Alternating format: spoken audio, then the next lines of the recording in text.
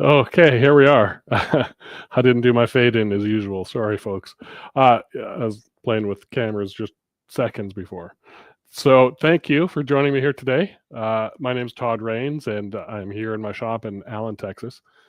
We have some rain coming in tomorrow, and we've had some nice days and some chillier evenings. So weather all around. We had a heck of a storm on Tuesday. I tell you, that worst winds I think we've seen, almost tornado level winds. So we've got some slight roof repairs to make, but everything's okay. Nothing damaged really. So, but a lot of people had some damage around the area. So I hope you're all doing well if you're in the area and stuff like that. So anyway, we're here today to talk about wood turning and kind of all things wood turning, if you will. I've named this live stream for the last 4 years or 5 years, whatever it is, all things wood turning, talking about tools, equipment, processes, and techniques, and wood and materials, tools and equipment. So, so if you have any questions about that kind of stuff, anything wood turning related, I'd be happy to chat about those. So drop them in the comments or the chat, wherever you're watching from, and we can look at those questions. Today, I am I got this, I think for one of my customers just this week. He says, how do you, when you core a bowl, how do you go about finishing it off and stuff like that? So we'll talk a bit about that. I won't do any coring today, but I've got a core here and a few other things that I've started, I think, some bowls on previous live streams and stuff. So we may not finish a bowl again, but depending on the time we go through, we'll talk about what happens after coring, and how do you finish a bowl that maybe doesn't have a tenon on it and you want to do that. So we'll talk through that. But before we get there, let's go through what is upcoming. So first of all, how to get a hold of me. So if you need any information from me about Wood Turning Tool Store or tools I sell, or if you have questions on wood turning and tools you're looking to buy, I'd be happy to help you.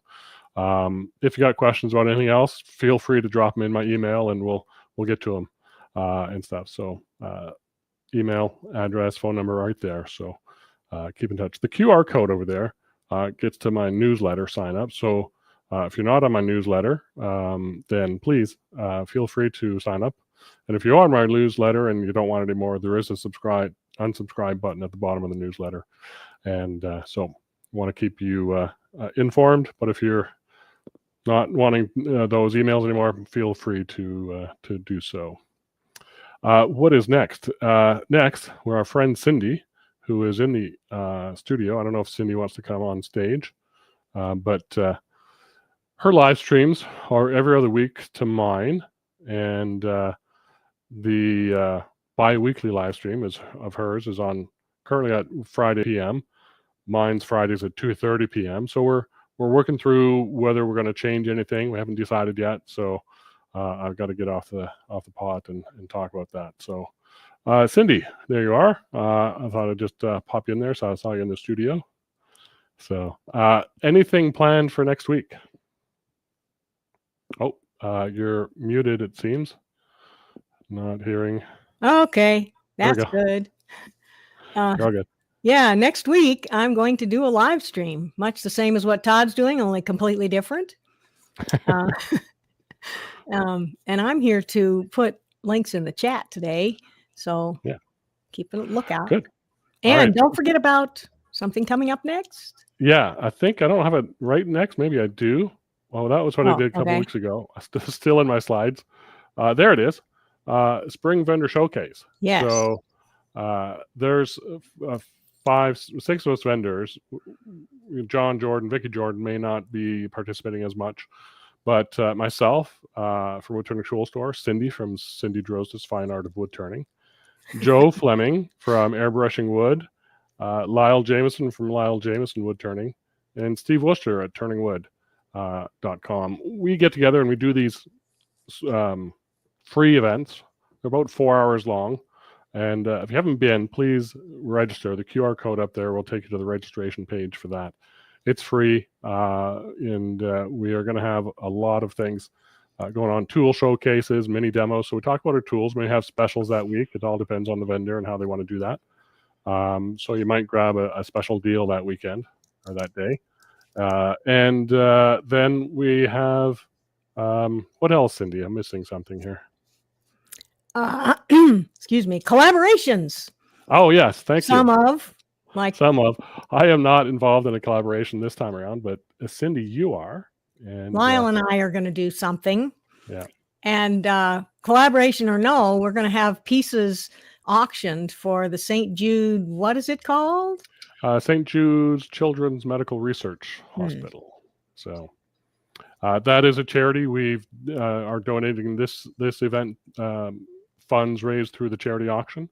I can't remember what we've done last time. We've done every vendor showcase we do. Any sort of auction raises charity funds for a charity. So we each get to pick one each time we go around. So it was my turn this year, and that's what we did this time. So we hope to raise, hopefully $1,000, $2,000. We'll see how it goes.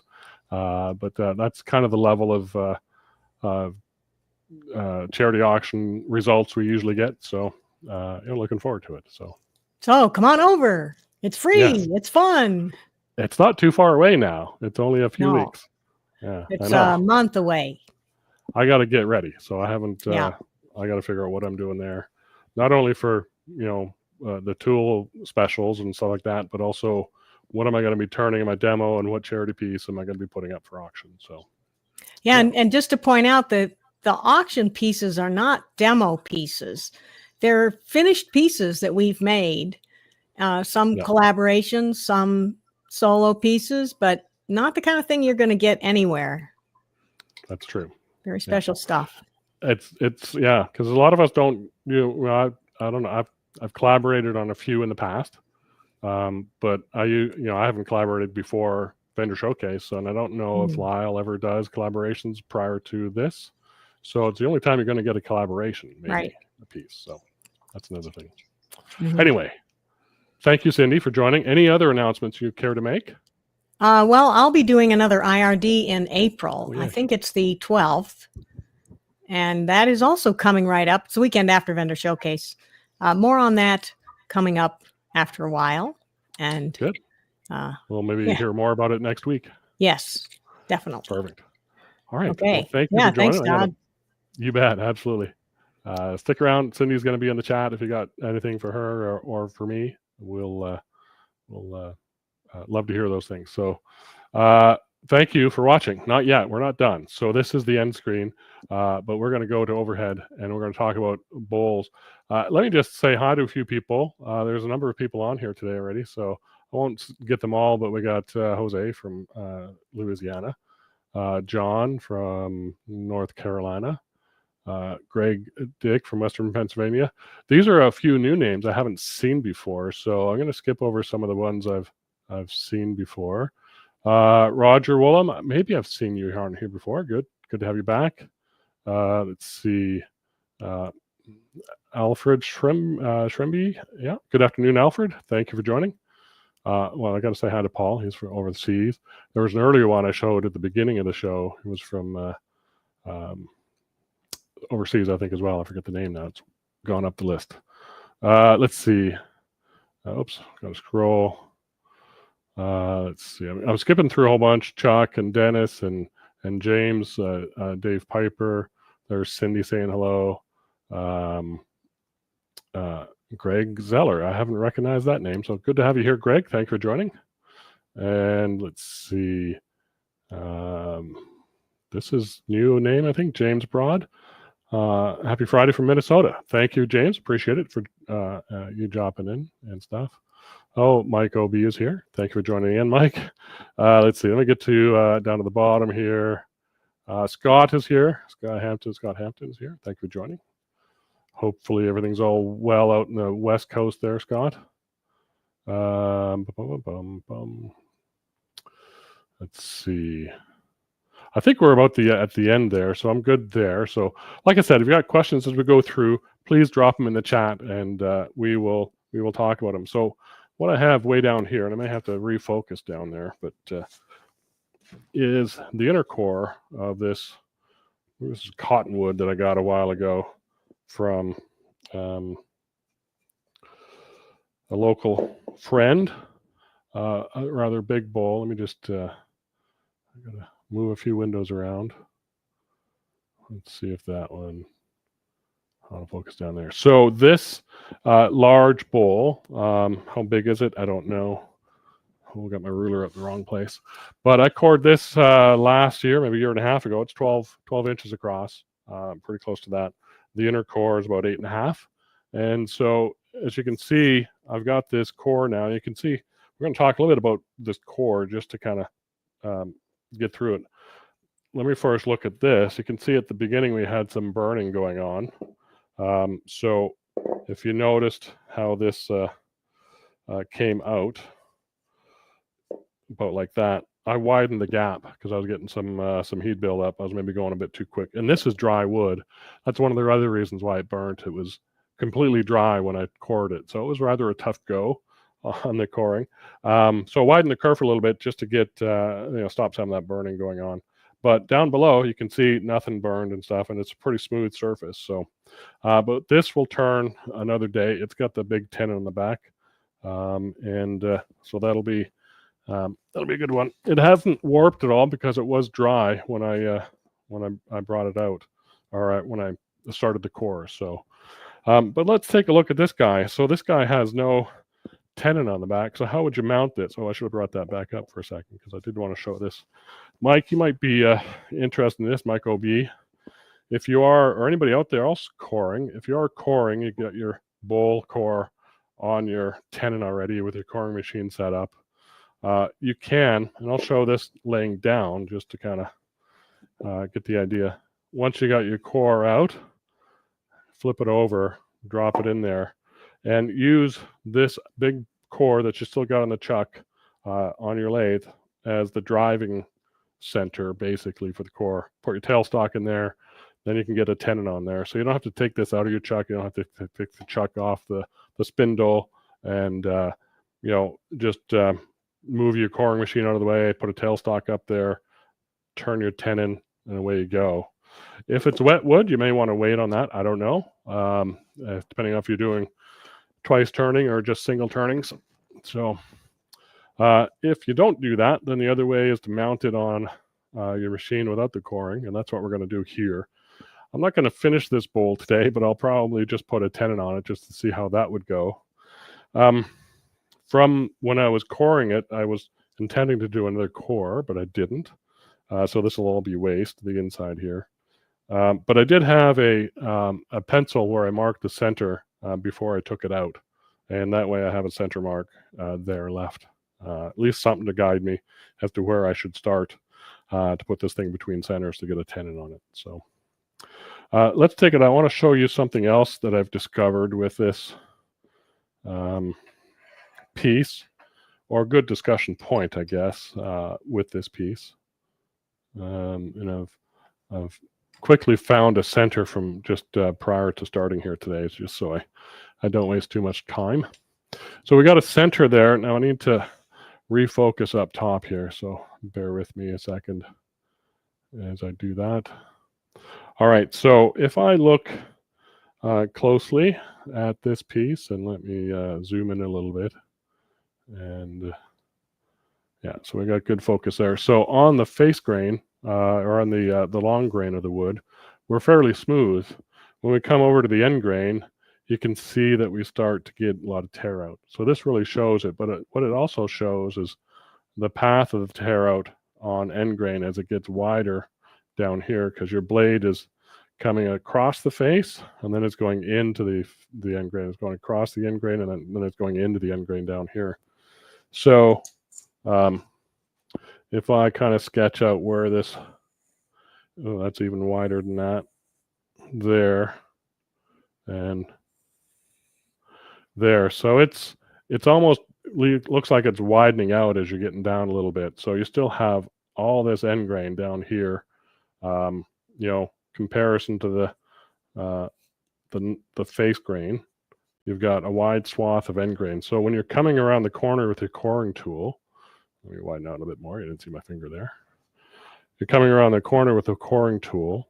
It's cutting nicely here. I'm doing about maybe, let me just get down there. I'm doing maybe, 350 RPM, 400 RPM.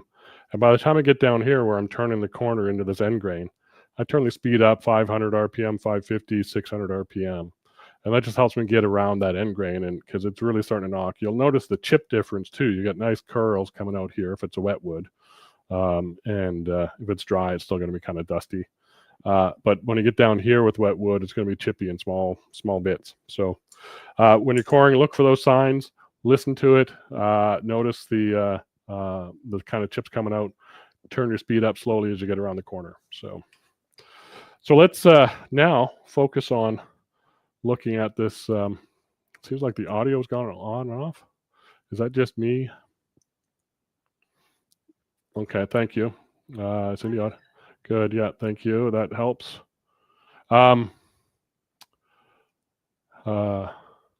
Yeah, so Cindy was asking, coring dry wood, is that a lot more difficult than wet wood? Yes, it is. It is a lot more difficult. Highly recommend coring your wood when it's wet. Don't wait till it's dry. But I wanted to experiment with this and see what it was like. And it turned out well.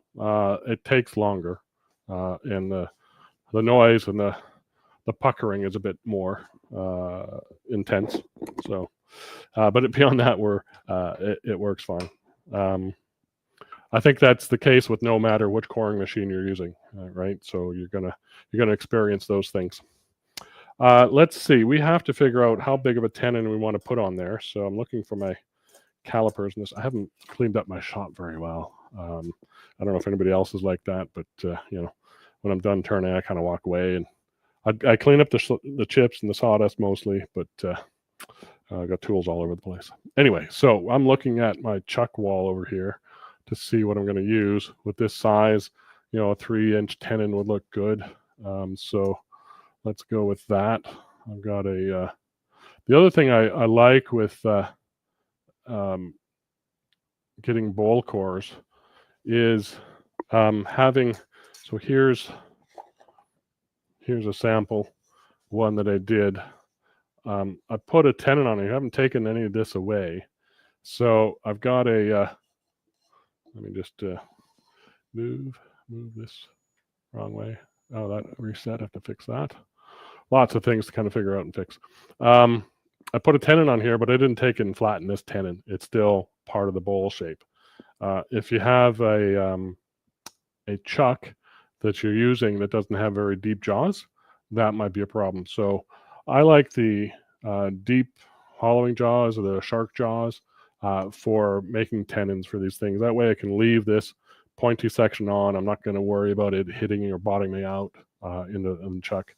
If you don't have that option, then you will have to flatten this off and maybe break off the nub as you flatten this tenon out. So, but yeah, that's one thing we'll look at here. So I've got my caliper set up to my tenon width, but and so I could use that. Let's go ahead and do that as well, just to kind of see how that goes. I'm going to raise my tool rest to kind of height of my, I kind of want it in this way, as close as I can. I want it kind of going across so that I can have a bit of a leverage or platform to hold my calipers on. So this, I'm not sure I'm going to do this with it spinning, because I think it's just a little bit, for me, not something I normally do with a curved piece of wood, putting a tenon on it, marking a tenon on it with scribing the circle. So I don't want to hit this side with the wood spinning, as that'll throw that up and throw this back at me. So I will not mark it, but I'll kind of eyeball where I think it's going to go, and maybe just mark that with a pencil. So how do we get around that if we don't have that? So I've made this little tool. This is the radius gauge, and I need to figure out what the diameter of my tenon is and divide that in half. So let me look at my caliper, and that says almost 60 millimeters. So I need 30 millimeter. Sounds about right for my 3-inch tenon. So this little hook fits right over a 3/4 by 10. And I've got graduation marks here, 25, 50, 75. So these are marked every 5. I'll move this to the other side just so we have a new mark. I'll put that in, and this one I can spin as I do it. So I'll turn this on getting ahead of myself. I didn't lock it in with the other side. Let me, before I spin, I've got the Elio drive on this side, so I'm going to mark that. I've got the center pin in there. I'm going to spin up the screws. There's one side, and there's the other side. This is the small 2-inch Elio drive. That's all I need. These pointy screw pins do kind of, can I zoom that guy? Let's see. I do have a zoom. Look at that. My light is not that great. Where's the... there we go. It's a bit shadowy. Maybe put it there. So those screw pins are kind of screwing in and tightening in there. So that kind of is how we're going to drive this bowl, and go from there. So I can turn the lathe on now. We'll go back to this shot. Use my tool. It just rides on that 3/4 by 10 area. Get in the 25. I want 30 actually, so I'll go into the 30 area and mark that tenon space. I want to check to see how close that was to my other mark. And there's my other mark if I look there. So that was from the calipers, and that was from the radius gauge. So I think it's a handy little tool. They're 3D printed. I have made a few of them. I'm going to get them on the website very shortly. But let me know what you think. Let me know what you think you might pay for something like this. It is plastic. It's printed with raised letters, nice contrast. It's got this one doesn't have my name on it, Woodturning Tool Store, but the ones I printed do. And it's thin, beveled on the edge there with the pencil slots every 5 millimeters. So magnet on the back side. I can let it stick down to a handy place on my lathe. So yeah, that's something I was inspired by another video I saw where it was a wooden piece and you had nails through it that kind of worked.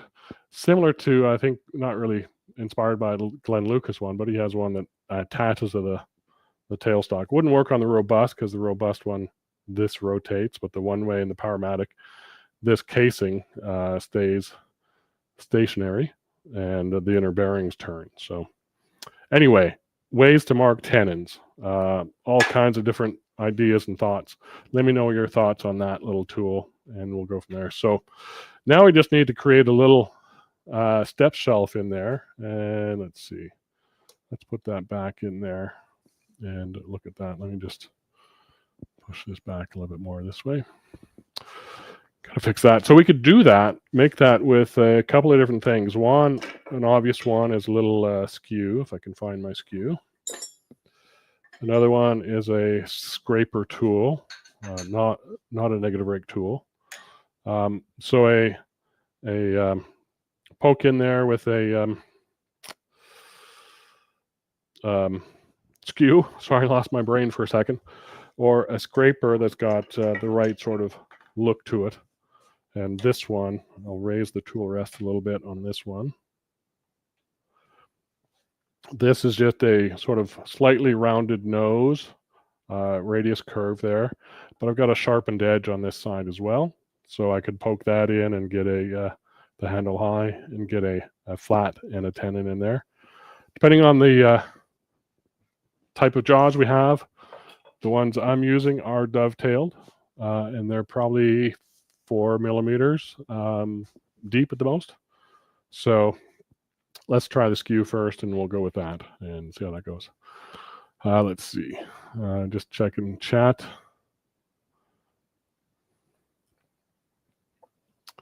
Let's see. Oh, Richard's got a question or answer. When I core, I create a mortise in the center of the original piece. Then you can use the chuck in the expansion of the core. Yeah, absolutely. So Richard's talking about this face here.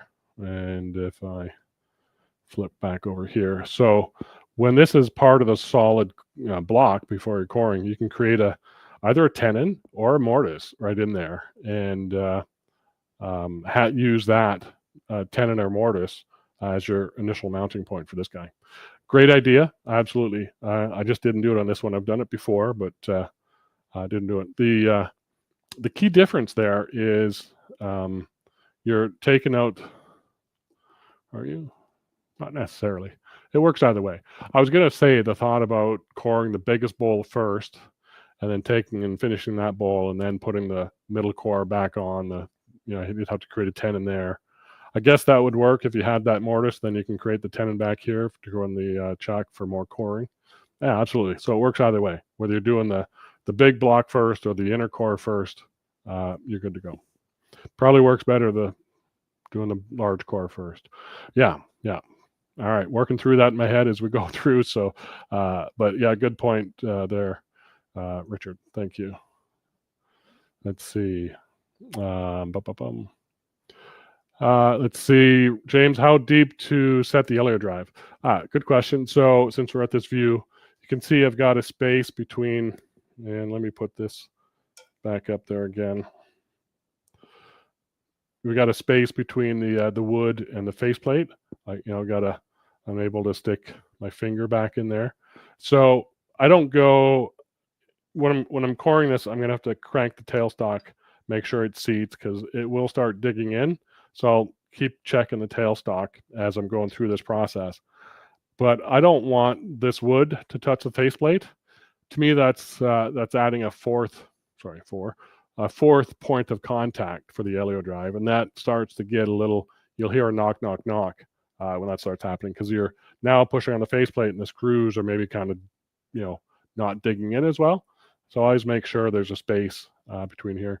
If you're on like a burl cap or a bark face edge, then that might dig in a bit deeper, and you may start hitting nodules here. I would, on this small one comes with screws that are about 1 inch long. You get about a 5/8 inch worth of depth of thread. Change out the screws for longer ones, so add a, 1.5 inch screw that'll give you about 1 inch worth of depth. The center pin goes out about 1 inch, 1.25 inches. So you can get those pins to stick out quite a ways if you got quite a terrain to overcome on the LEO drive. So yeah, good question. Thanks, Cindy.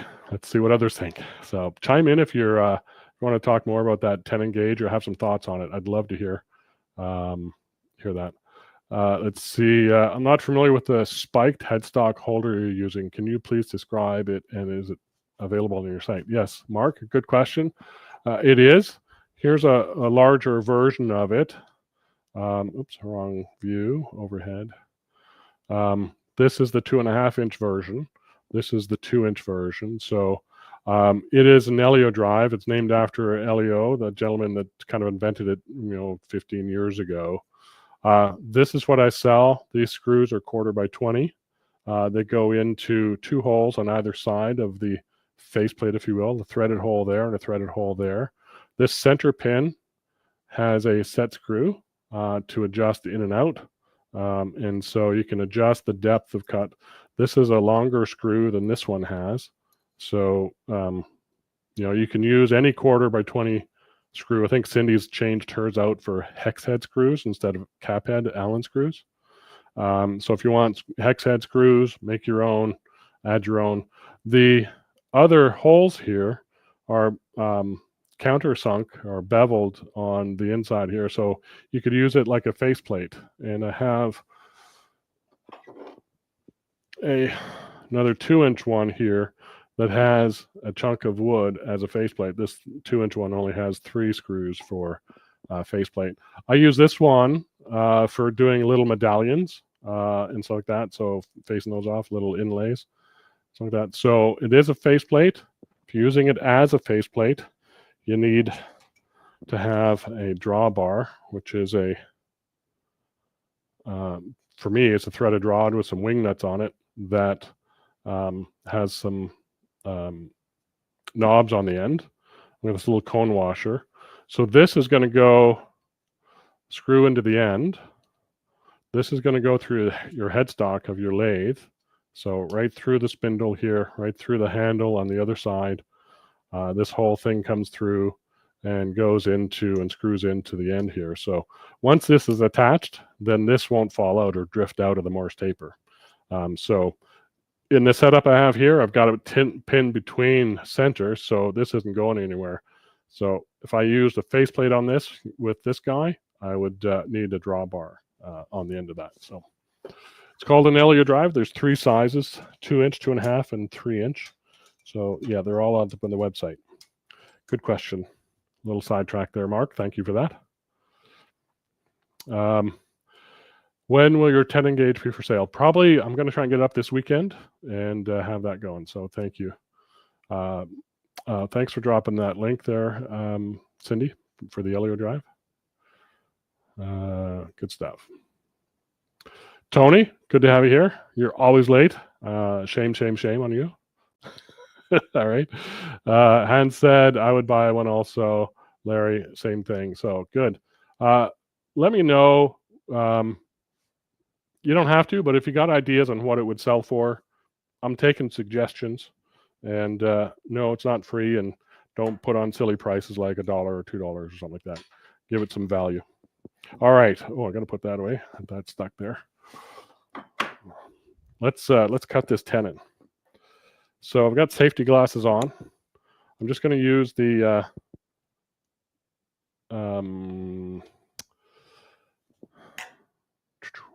what is it? Skew. I don't know where my brain is today.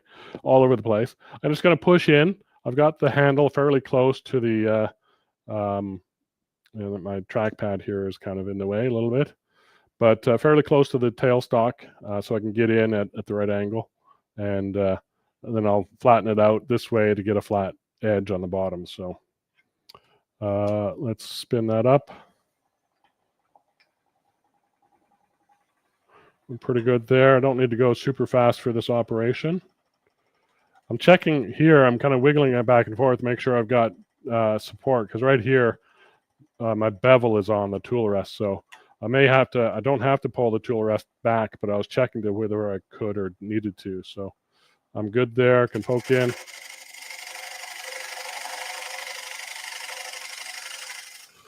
Looking at the depth of my tenon to see if that's enough I need.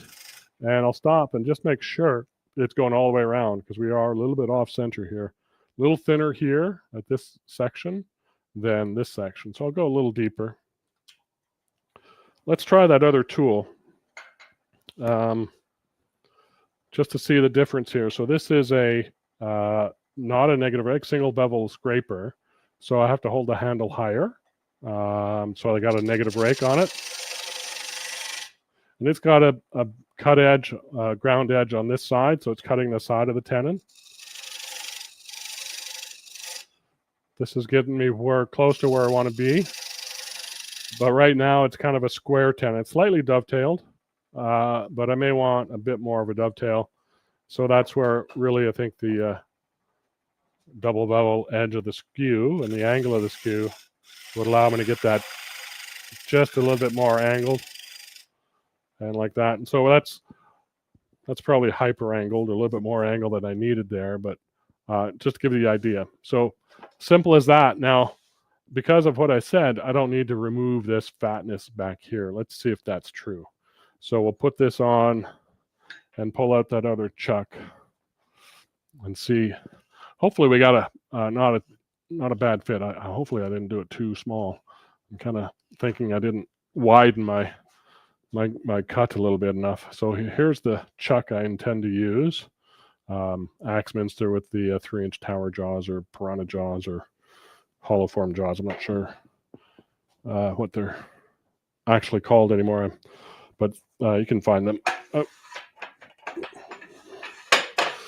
More cleaning to do. So let me hold that. And there's the holes we get from the 1, 2, and 3 from the Elio drive. Back this up a little bit. Oh. And I'm just going to do this down here to make sure I can get that in there. Yeah, I think I'll be good. I'm nowhere close to... yeah, so we'll just mount that up and do it that way. Want to make sure I didn't overshoot my tenon diameter. Little knockout bar to knock out the Elio drive. And that goes back up on the wall.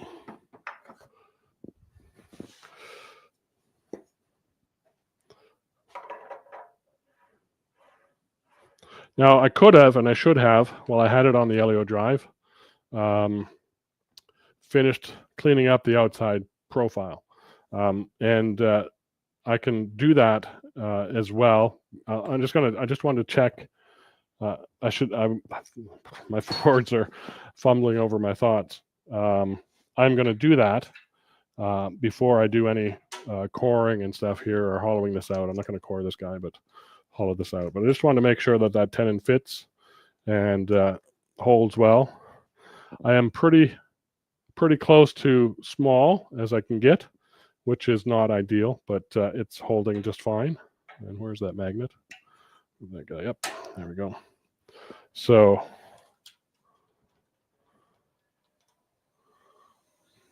yeah, so that's working.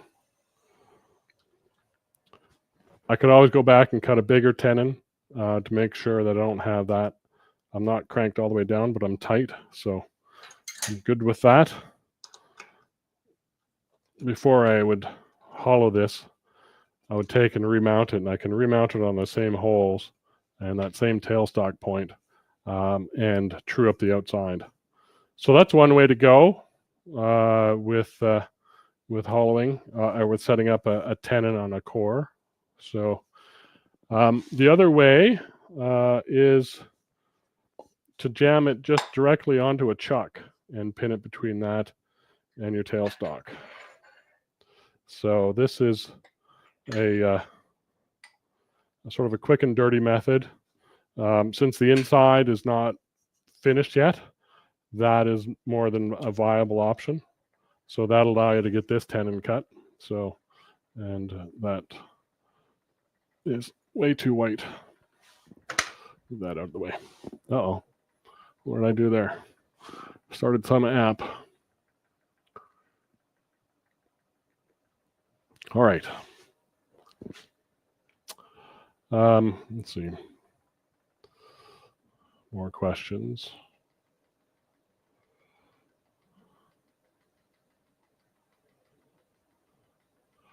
Let's see. How can the older Elio drives be converted for threads? Good question. So that's one of the things I did. So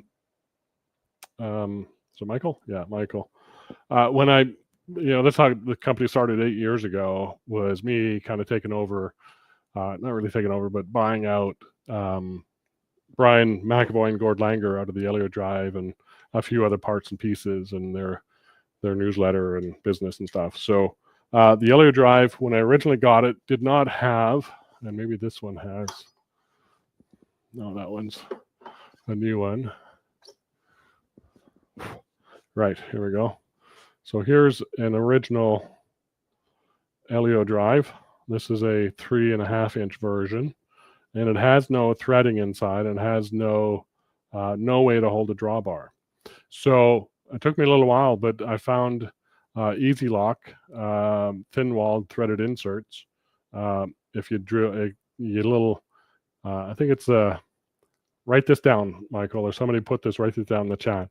Easy Lock 319-4. I think the 319-4 is the kit. And in the kit, you get a drill bit. I think it's an O-size drill bit. Thank you, Cindy. Thank you. And it's got the 3/8 by 16 tap. And then it includes, I think, half a dozen of the Easy Lock 319s. And the thin walled, so they'll thread right in there. It's got an anaerobic glue or thread locking thing. So it screws in, and then you've got a 1/4 by 20 thread insert. So it goes from 3/8 16 to 1/4 by 20 as an insert. And so if you have old Elio drives that don't have that, buy that kit or that insert and drill and tap and install those. And that's what I did for a long time. That's what I do still for the 3.5 inches. The new ones, the smaller ones, I ran out of the original stock. So these are now made right here in Texas, milled out of chromoly steel, black oxide coating. And the 1/4 by 20 is integral to the whole shaft. So yeah, these are all now made here, right here in Texas. Yeah. So, and the 2.5, same thing. It's they come threaded. If you buy a 3.5, you'll see the insert in there. So, good stuff. Good question, Michael. Hans, thank you. I don't know what your cost of material is, but you need to add time, maybe 17 to 20 bucks. Okay, good sort of guidelines. Thank you, Hans. I appreciate it. Larry, audio is bad on my iPad, so I switched my phone. It's good now. Okay, well, good. So, Cindy has a link to, I think, Easy Locks available in Granger, Zoro, MSC, and Amazon. Yeah, I guess. Yeah, okay. Hopefully that's the right. That should be the right part. But if you email me, I'll certainly let you know what I've used. And I believe I can't follow the link right now, but if that's the right one, that probably is the one you would use or I would use. Good. All right. What do I want to do? So I'm going to finish turning a smaller bowl. This one is rather thin already. I guess I could finish this one.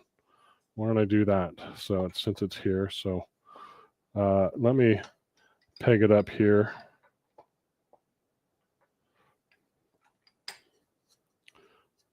And I really need to see. It has warped, so I'm going to do a little bit of an investigation here. So let's look at the backside just for a quick second. And let's see if that clears everything. It does. This is going to be a little tricky, but we'll see. I'm just going to use a pencil and mark on the rim to see whether or not I can. I have to slow that right down. And oh boy, that's trying to hold my pencil and follow the in and out. And what I'm trying to get to is whether or not I can actually make a bowl out of this thing. So if we're looking overhead now, we have a pencil line that is here on one of the wide sides, so that's fine. Narrowest here, and wide here again. It looks like it goes through about there. So I could probably get a bowl out of that. Not a whole lot, but maybe an 1/8 inch thick bowl. So let's give it a shot. I'm here to turn, throw some chips. Let's do that. So we'll turn the outside first a little bit. I got a tenon on there, sort of. I'll double check that. Let me just The other thing with this tenon sizing tool that I kind of like is it just kind of rests there. And let's see, 30 is there, so I can still hold that with those 3-inch jaws, so that should be fine. Do I want to return that? Maybe a little bit, not a whole lot. Tool rest up, locked in. We'll get that eyeglasses, reaching for my safety glasses. That's tight. Just going to poke at that tenon a bit, recreate it a little bit smaller. True it up to the way I'm spinning the wood right now. That's good. That's done. Now let's get a bowl gouge and get this core in the way. Let's try this one. It's a 55-degree bevel angle tool.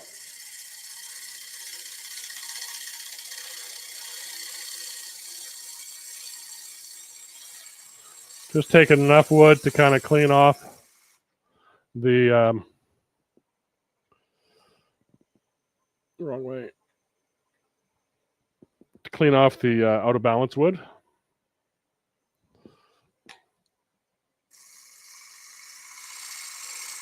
So there, I just kind of left my bevel rub, twisted the hand a little bit till I met that cut. Come back and just pick it up again.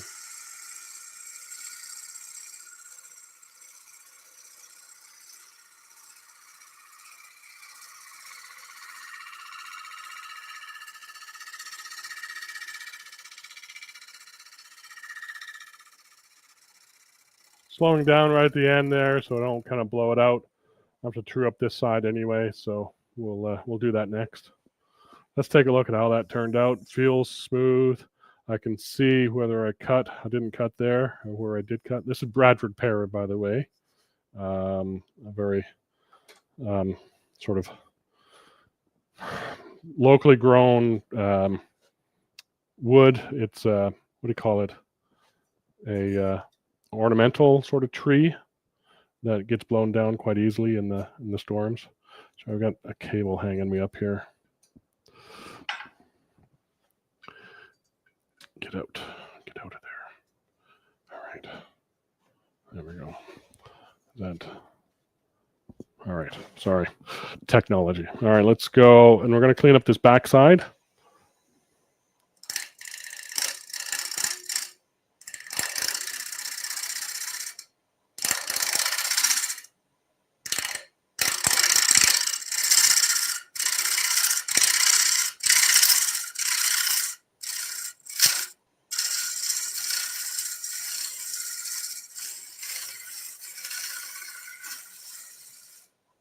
I'm going to just round over this edge a little bit so I don't hurt myself on it.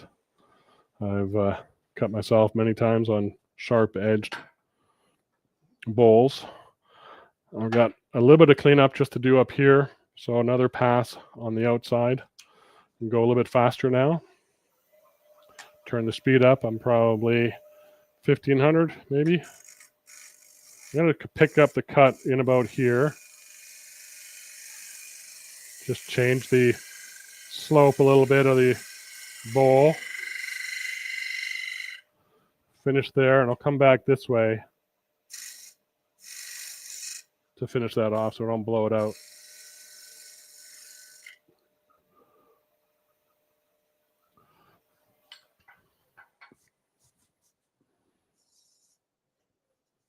Good. I'd go through and sand that now. And I'm not going to do that here today, but that's kind of what you do.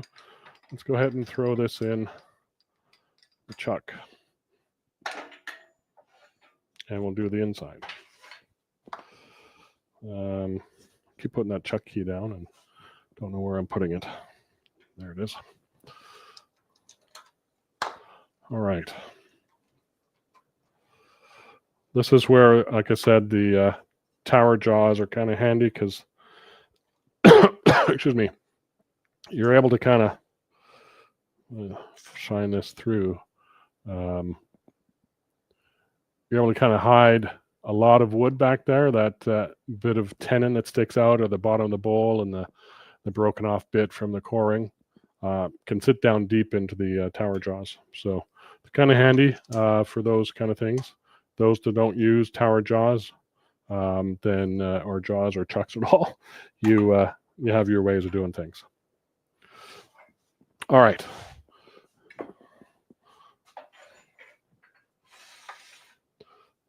Let's go ahead and finish the inside. I'm gonna have to move. I've got a passel. What am I, a country hick? I don't know. I've got a bunch of bowls that I have yet to finish, right? So here's one of the oak ones from that quadricentennial oak. I've got to finish off, pull a tenon off. Here's one of those oak ones that I don't think I'm going to get a bowl out of, so I may leave it rustic like this and just take the bottom off. This oak really warps like crazy. So this maple one, I think I did a couple months ago in a live stream. And this one a couple of weeks ago with the vacuum chuck in the live stream. So you can check out those. I'll finish those eventually. This last one is not a core, but it's just an oak bowl I turned.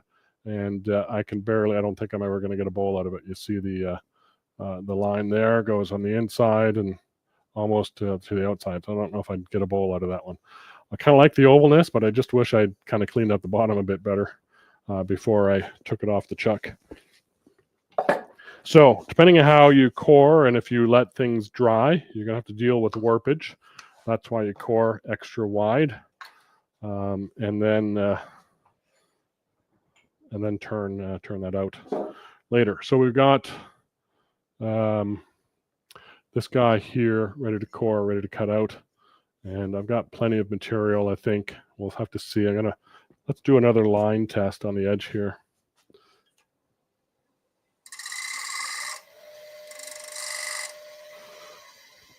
Do we have both rings all the way around? So that's close to the edge there. Let me swap that around. Not that one. We're close to the edge there. And on the outside, we're looking okay. We lost our lines a little bit. We're close, maybe closer to the edge here on the outside. And makes me think I've got to true up that rim. I'm just checking my tenon. It's seated all the way. So I think we'll be okay. We'll be able to get maybe a 3/16, quarter inch thickness, whatever you desire. Bowl gouge, I'm going to start with that bowl gouge, the same one I used on the outside. And we'll take up and clean up the rim, define the internal diameter on that line.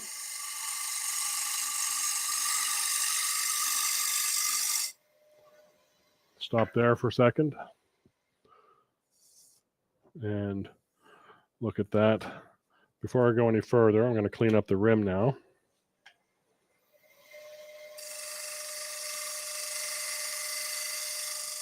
And just a little bit of a curve to it.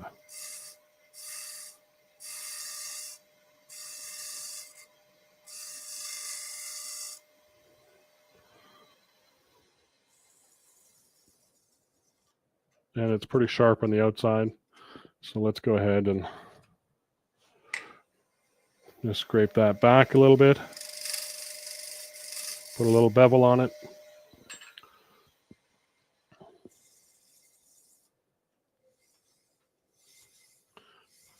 That feels good. Not getting cut anywhere. There's a little something.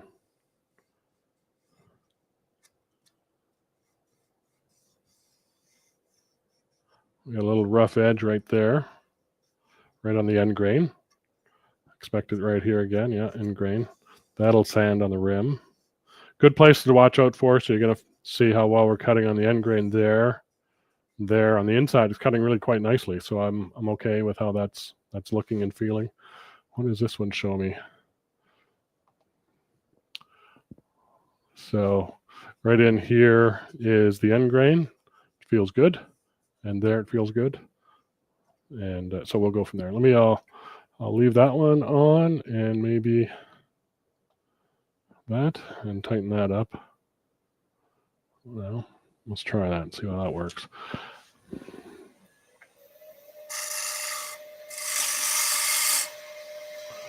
I'm keeping my eye down the profile here so I can gauge how thick that inside's going to be.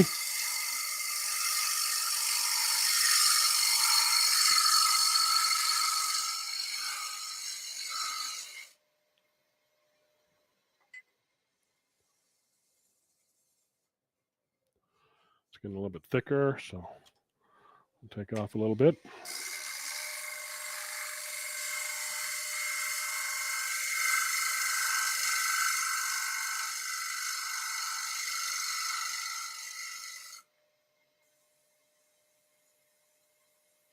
Feels pretty good. I can go ahead and scrape that now. Might be advisable. See if I need to, really. Actually, I don't think I need to. This Bradford pear is cutting very nicely, but I do have a negative rake scraper if I needed to. I don't need to. So I am just kind of feeling the thickness at the bottom. And I got to remember that recess or that we cut for the tenon is right in there. So I got to kind of round over that because I'm going to have to take that off at the end. Not round over it, but turn a curve that allows for it.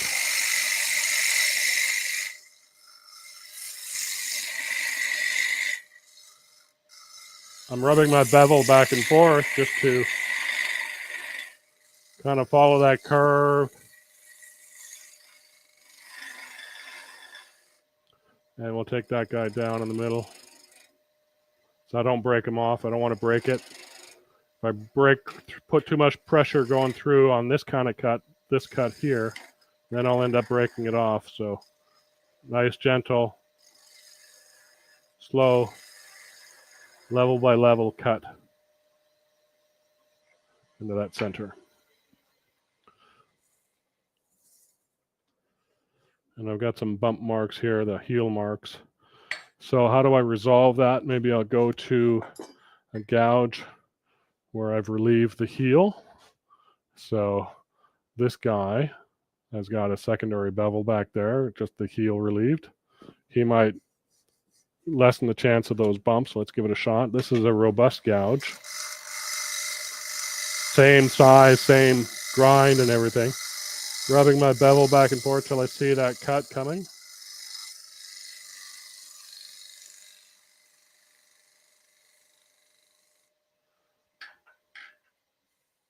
That got rid of those bumps.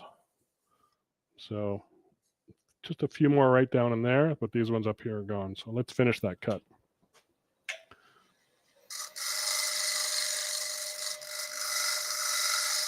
I'm going to come back and get that little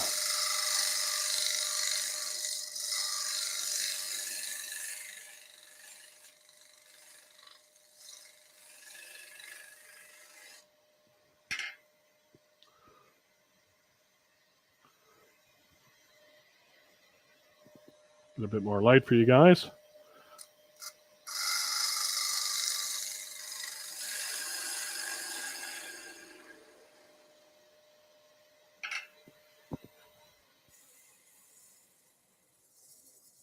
Still got some heel marks, but those will sand out. I've got a little bit of a bump right in that transition, so let's go ahead and see if we can't scrape that out. Negative rake scraper. Need to raise the tool rest a little bit. I can see my center mark there. Put the tool on there. I'm hitting center now.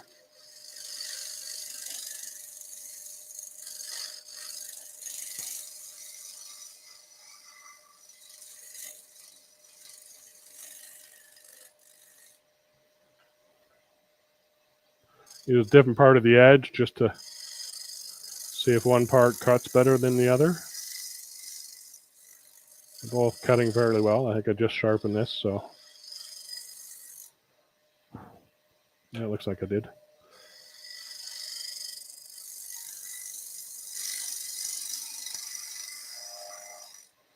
getting some noise out here, so fingers backing that up.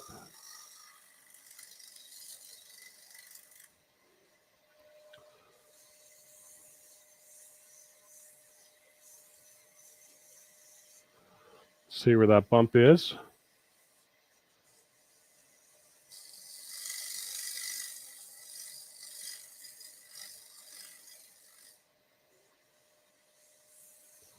That's better, all the way down. That feels good. I'm happy with that. So there's our bowl. It's done off the tool. Well, I do have some marks right at the rim. I have to get those.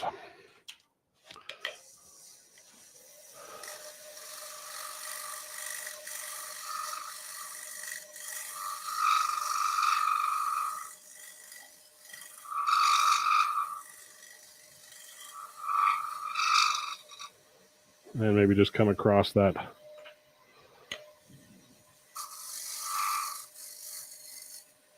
rim.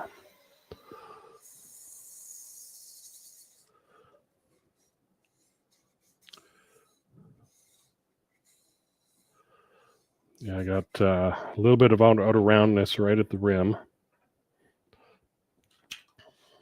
Let's see if we can't get it. I'll slow my speed down. Maybe I can get it that way. Slowing the speed down maybe allows the tool to kind of follow those slightly out of the roundness a bit more. So sometimes speed is slowing it down versus speeding it up.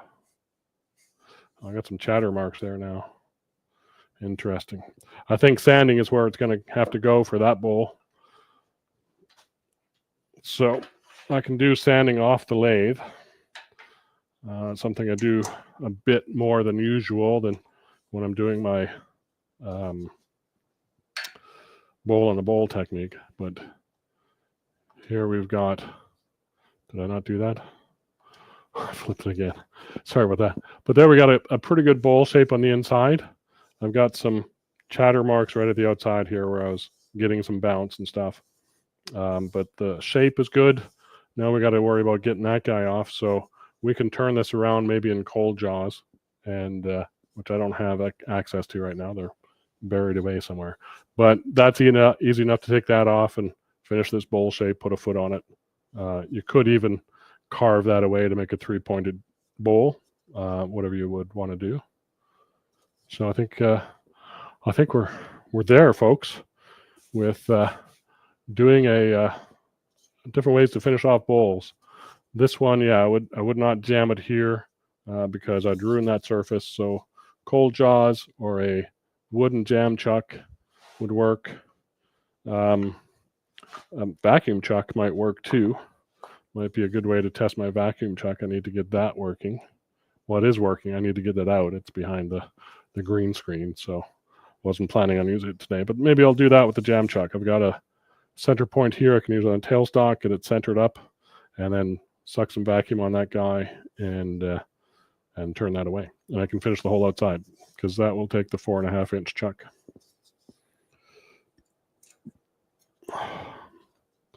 Yeah, this is just 6.25 inches diameter. On the inside, it's about 5 3/4. So, yeah. Anyway, questions? Let me get my keyboard back over here a little bit.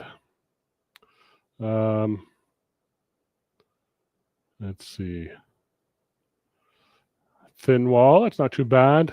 It's 3/16. Where is it? Oh, Bob Elliott's here. Good to have you here, Dr. Bob. Nice. That's the Bob Elliott from the Midwest, not the Florida one.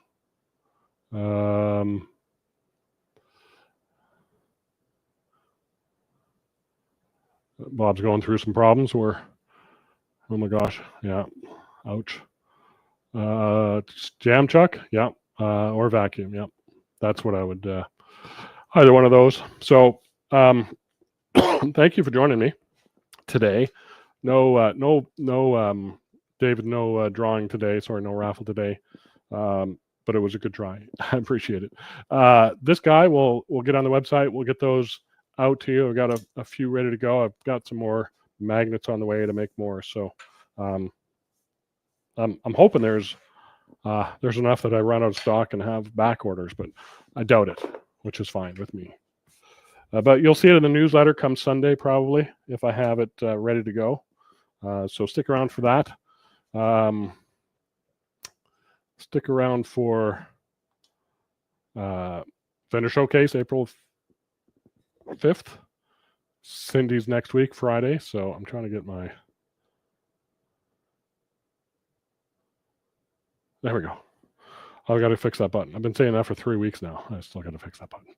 Anyway, thanks for joining me here today. I appreciate it. I know it was a bit of a scatterbrained event.